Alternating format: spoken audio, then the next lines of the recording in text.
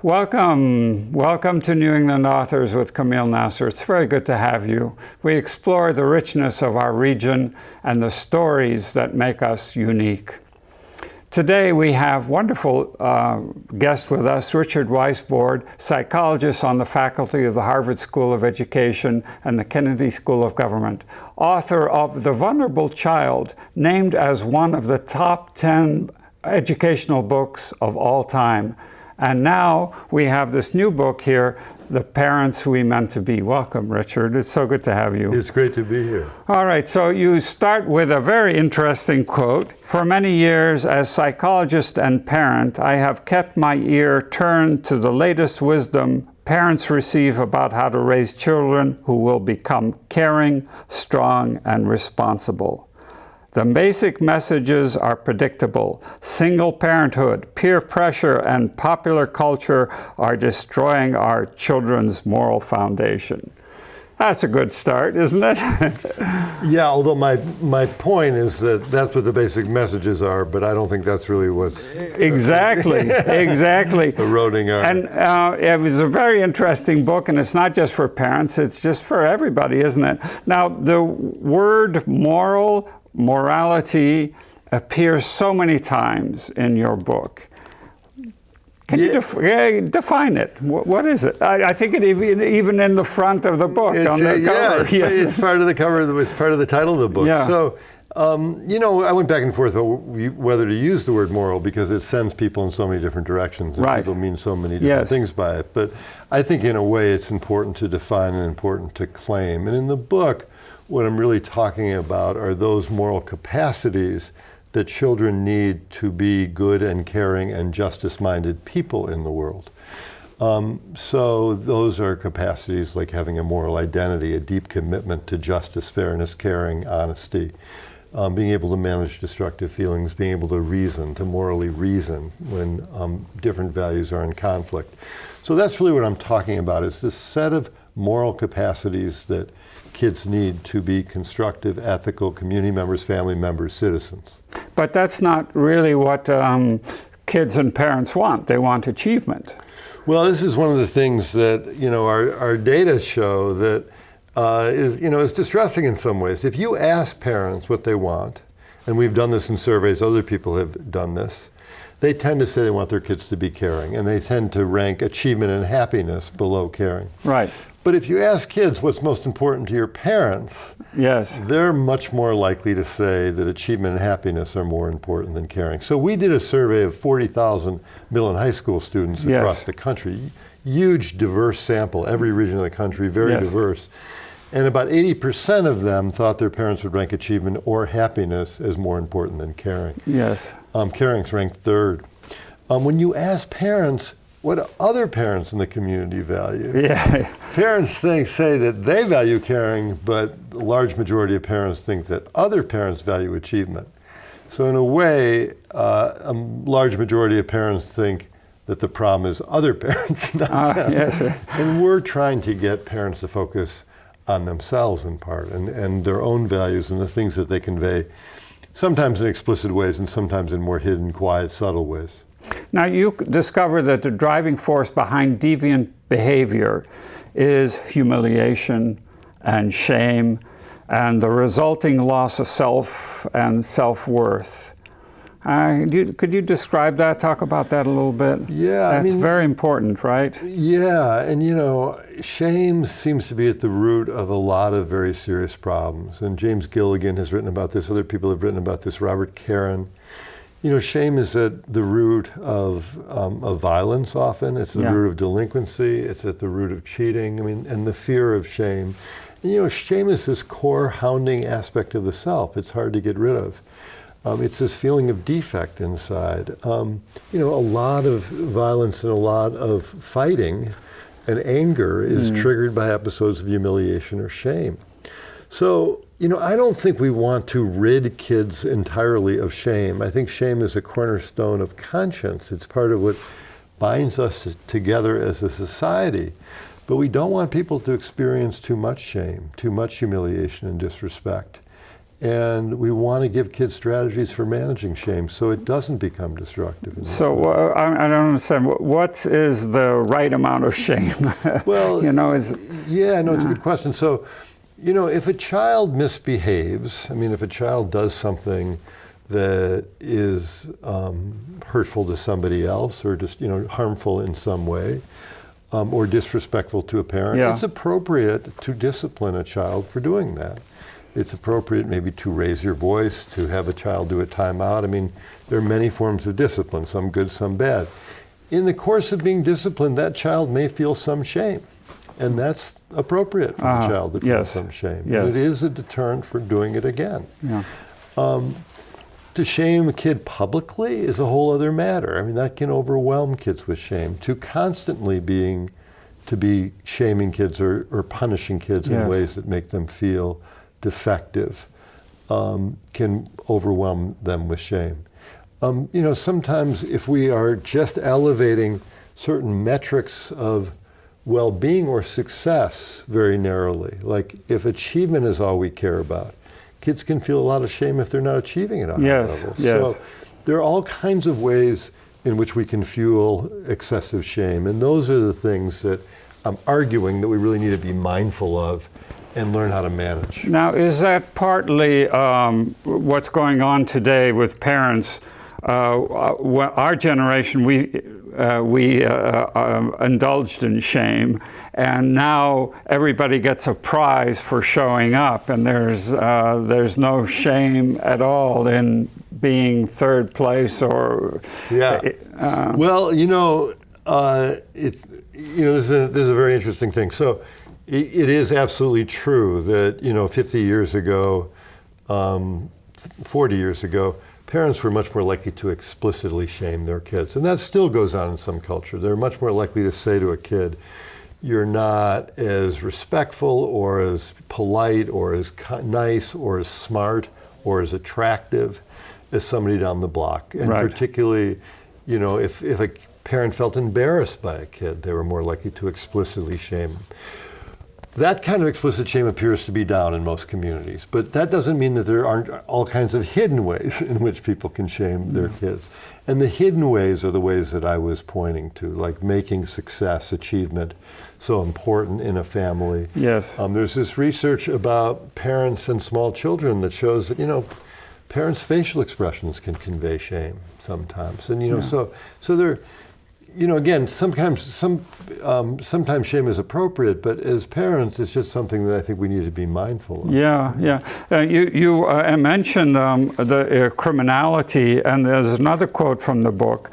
While crimes have many sources, there was one common denominator. There is yet to be seen a serious act of violence that was not provoked by the experience of feeling shamed and humiliated. Criminals typically live on a diet of contempt and disdain. The most dangerous men on earth are those afraid that they are wimps. Yes, I think that's a quote from James Gilligan in my book. I'm quoting James Gilligan in my book.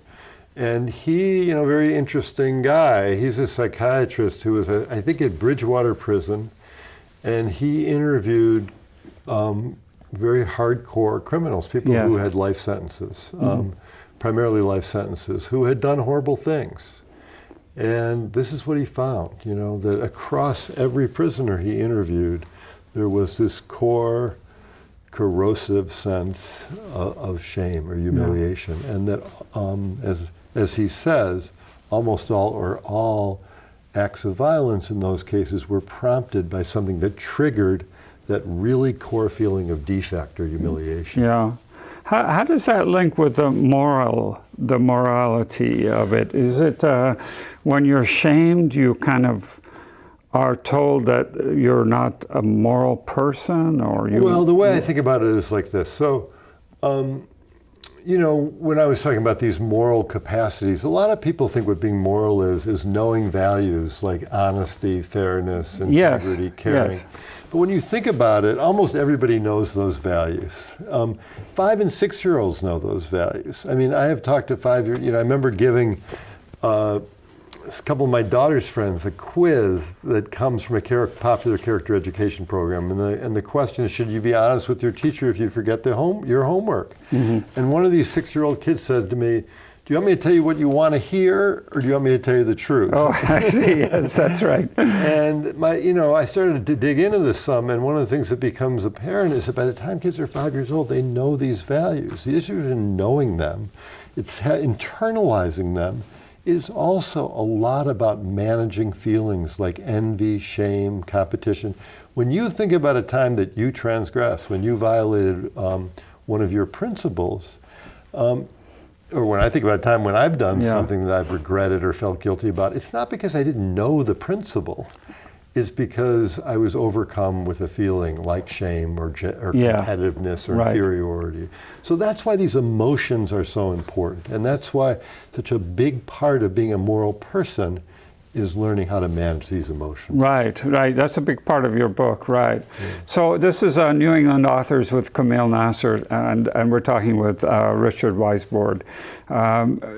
You relate so many stories from your personal life and from your practice as well. Now, do I understand right that being a good parent is a lot about a parent's own self-awareness? Yeah, exactly. I mean, there are many, there are a number of components to being a good parent, but one of the cases that I'm making in the book is that you don't have to be a perfect role model for your kids. We're all flawed. We're all living, breathing, imperfect parents, human beings. But it really helps to know what your flaws are and to know the ways in which you can create burdens and hardships for other people. And if you are able to do that kind of reflection, you're going to be a better parent. And so there are times where I was parenting my kids where I was in a bad mood, or I was depressed, or I was anxious, I wasn't very available to them, I was irritable with them. And they can feel like there's something wrong with them, like they have failed in some way. And it's really important for me to be able to say to them, the reason that I snapped at this time, or the reason that I was distracted, has nothing to do with you. It has to do with a mood that I'm in or something I'm experiencing. So that kind of self-awareness is very important, I think. There's research on parental depression about this. Bill Beardsley's research, which is very important, which is really about, what's most damaging about depression is sometimes the way parents, is the way kids interpret it, and that they often interpret it as a sign of their failings. That when parents talk to their kids about depression, it takes on a different meaning, and they start to realize it's not about them. The parents have an illness. So this is like communicate with your children, right? It's communicate, but it's also do the work. I mean, wade into the mud of yourself. And do some understanding of, and sometimes consult with the people you love and respect. I mean, get their feedback about ways you might be harming your kids. You speak against severe punishments.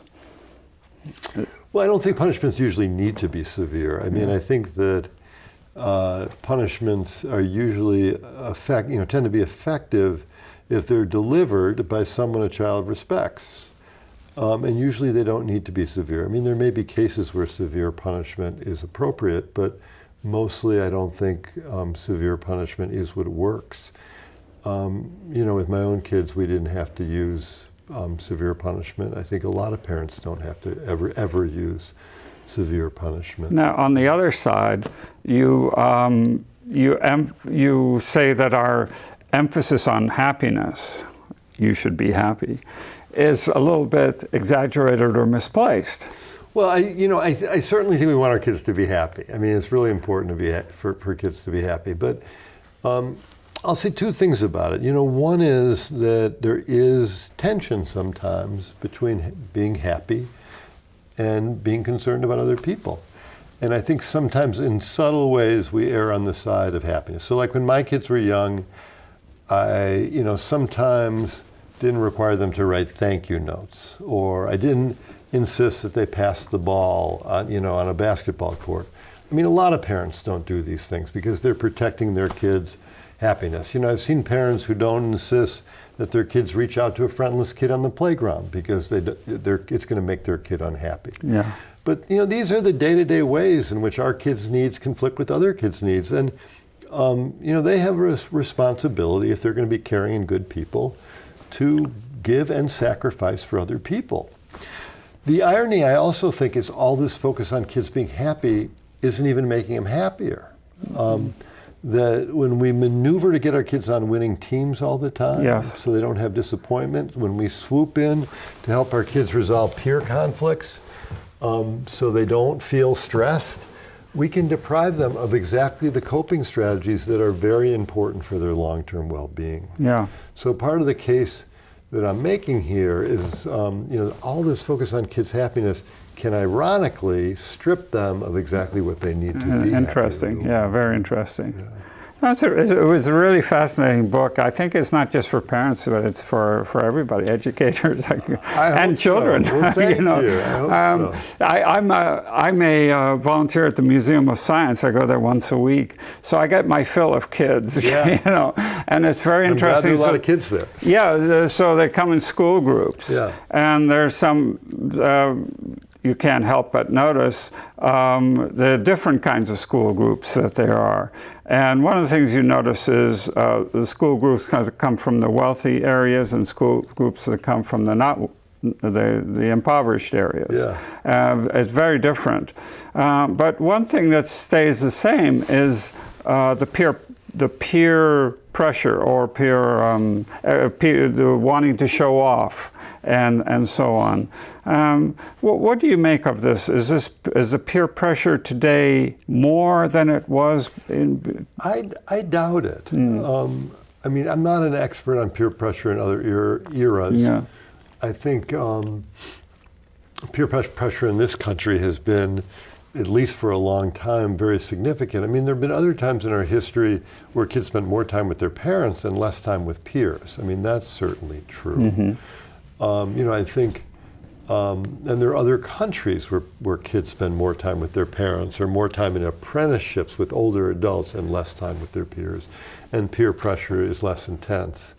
But for a long time, peer pressure has been intense in this country. There are probably many positive, in terms of kids' social media use, there are probably many things that are positive about kids' positive social media use. And I think kids are making friends, but there's lots of things to be concerned about too. There's cyberbullying and many other kinds of harm on social media, and I think it's exacerbated some of the peer pressure that we're worried about. Oh, I see. That's interesting. So our society, American society, is very aggressive. You see that when you go to other countries. The children are much more docile.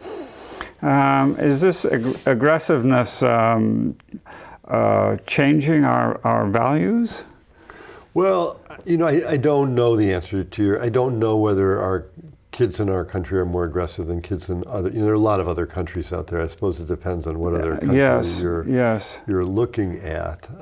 We reward aggressiveness in politicians. We will look for aggressive politicians and so on. And I don't know whether that's true. The extent to which that's true in other countries, but. We certainly have a very aggressive president, and we have a lot of aggression in our public life right now. Yes. And I am sure that affects kids' behavior. This is what adults are modeling, and that's concerning. We are antagonistic, fractured, aggressive, and this is really a time where, as adults, we have to model, really appreciation of difference. The capacity to respect people who are different from us, including different from us in political orientation. Yeah.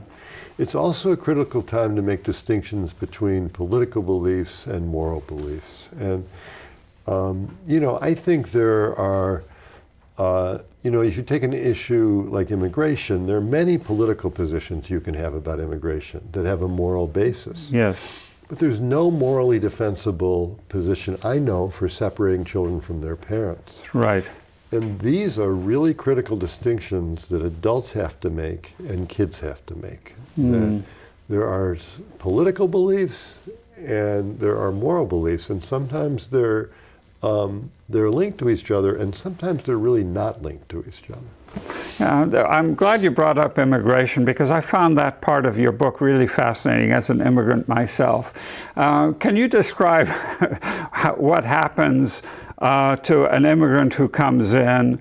They do better than initially than children who are native, and then something changes. Go ahead. Can you describe this a little bit? Yeah. So.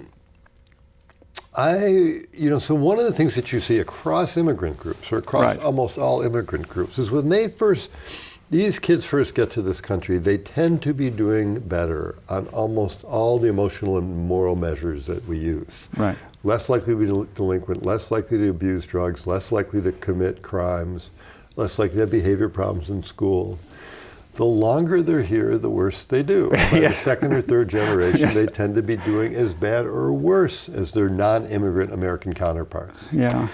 And this is a puzzle with many pieces. There are many reasons to this, but there's idea out there on the airwaves that immigrant families are a threat to America's moral culture. It looks like American culture is a threat to immigrant Yes, it's the other way around. And we have the other, we have this backwards. And I think there are a bunch of reasons for this. I mean, one reason I think is that kids are become inducted into highly individualistic American culture. And that lack of connection can be, and individualism can be a cause of these problems.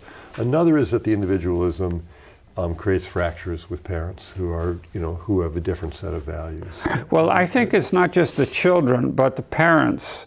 The immigrants who come here are much more moral and diligent and law-abiding and so on. I say that knowing my parents and knowing all the other immigrant parents, they're really happy to be in this country and they really contribute. Yeah. So when I say over time, I mean immigrant kids when they first get here, like every year they're here. It appears, on average, they're doing a little worse, but also across the generations. So, first-generation kids and parents, my sense is that they're exactly how you describe. But second-generation parents, when you've been a kid here or third generation, you start to see changes. Now, reading your book, I couldn't help but think that you sounded like almost a minister, telling us about that we should be good people, that we should be moral people, not just go out and go out and cheat on exams in order to achieve, and so on.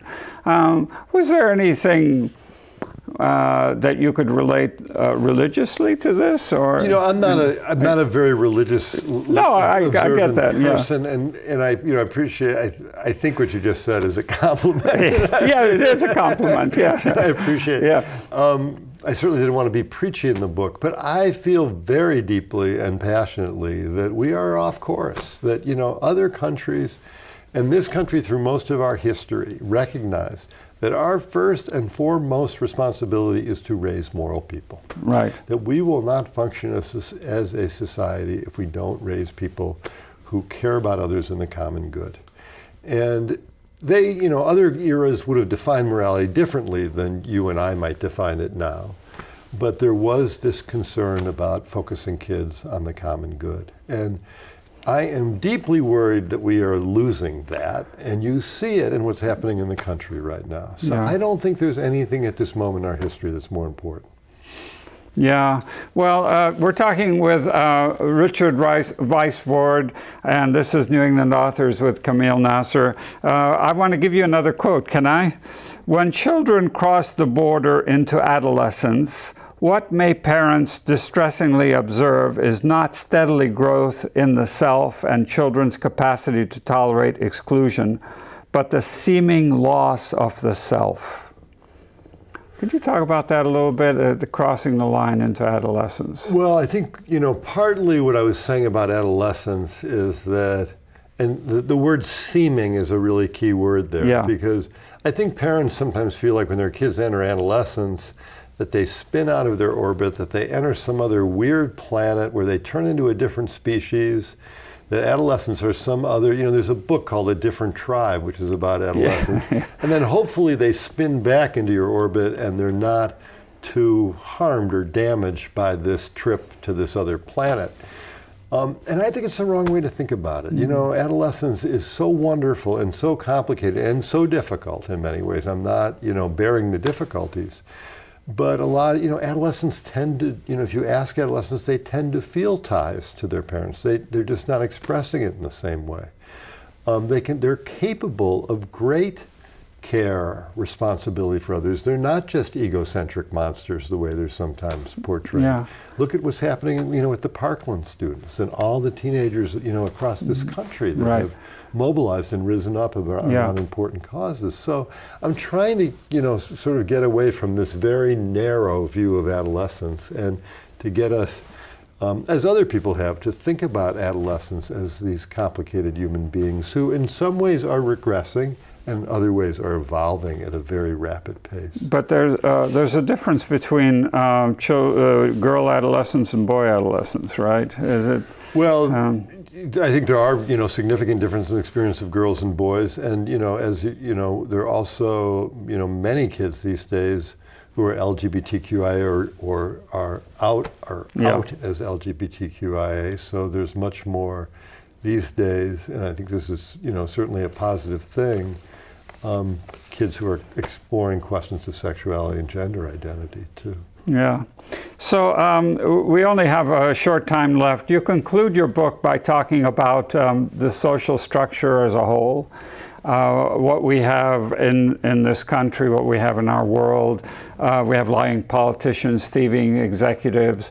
What could we expect? How could we expect our children to behave differently? How could we expect them? What change do we need to make in our whole social structure? Well, I think that, I guess I'll say two things about this. One is that if you look at individual kids, almost, large majorities of kids can identify people they respect and moral people, good people who they want to be like. And those people can have great influence on them. So, what happens locally, I think, is considerably more important than what's happening nationally. That, if your parents, if you're sport coaches, if you're teachers, if these are good, ethical people, that can have enormous influence on you, more important than what the president's doing, by far. Yeah. So I think that is one thing to consider.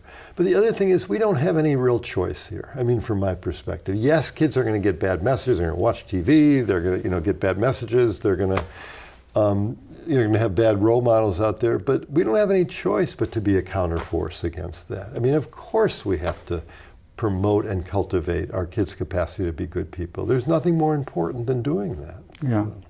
So, Well, it's just wonderful to have you here and to talk about this wonderful issue. Richard Weissbourd, the book is called The Parents We Meant to Be. This is New England Authors with Kameel Nasr. We record here in Cambridge, Massachusetts and broadcast on stations throughout New England. Remember, watch locally. Thank you.